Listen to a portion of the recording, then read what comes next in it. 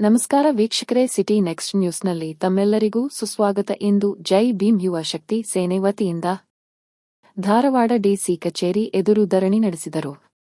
ವಿಷಯ ಪ್ರಸಕ್ತ ವರ್ಷದಲ್ಲಿ ಪರಿಶಿಷ್ಟ ಜಾತಿ, ಪರಿಶಿಷ್ಟ ಪಂಗಡ ಹಾಗೂ ಸಫಾಯಿ ಕರ್ಮಚಾರಿಗಳು, ಪೌರಕಾರ್ಮಿಕರು ಸಬ್ಸಿಡಿ ಸಾಲಕ್ಕೆ ಅರ್ಜಿ ಸಲ್ಲಿಸಿದ ಫಲಾನುಭವಿಗಳು ಆಯ್ಕೆಯಾಗಿ 2022-23 ರಲ್ಲಿ ಸಲ್ಲಿಸಿದ ಅರ್ಜಿದಾರರು ಇನ್ನೂ ಕೂಡ ಹಣ ಪೂರ್ತಿ ಮಂಜೂರು ಆಗಿರುವುದಿಲ್ಲ.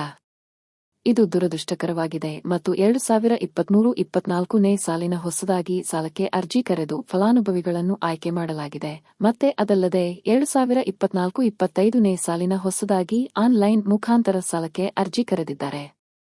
ಕರ್ನಾಟಕ ರಾಜ್ಯ ಸರ್ಕಾರ ಎಸ್ಸಿ, ಎಸ್ಟಿ ಮತ್ತು ಪೌರಕಾರ್ಮಿಕರಿಗೆ ಅನ್ಯಾಯ ಮಾಡುತ್ತಿದ್ದಾರೆ.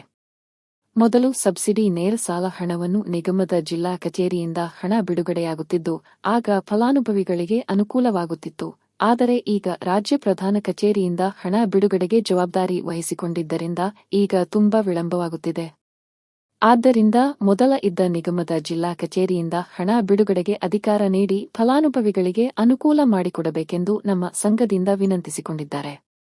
ಈ ಸಂದರ್ಭದಲ್ಲಿ ಜಿಲ್ಲಾ ಅಧ್ಯಕ್ಷರು ಹರೀಶ ಎಂ ಗುಂಟ್ರಾಳ, ವಿಜಯ ಮಾದರ್, ವಿಜಯ ಕರ್ರ, ವಿಶ್ವ ಬಳ್ಳಾರಿ, ಗುರುನಾಥ ಮೊರಬತ್, ಸಂತೋಷ್ ನಿರುಮನಿ, ರಮೇಶ ಹಿರೇಮನಿ, ಬಸ್ಸು ಚಳಗೇರಿ, ಮಮತಾ ಬೆಳಗಾಂಕರ್, ರೇಣುಕಾ ಮಡಿವಾಳರ, ರವಿ ಬೇತಾಪಲ್ಲಿ, ರಾಜು ಕಲಾಲ, ಶಾನು ಮತ್ತೇಖಾನ್, ಶಾಬಾಜ್ ಲೋಹರ್, ಮಂಜು ಉಪ್ಪಾರ್ ಸೇರಿದಂತೆ ಇನ್ನೂ ಅನೇಕರು ಉಪಸ್ಥಿತರಿದ್ದರು. ಮುಂದಿನ ವಿಷಯದಲ್ಲಿ ಮತ್ತೆ ಭೇಟಿ ಆಗೋಣ. ಧನ್ಯವಾದಗಳು.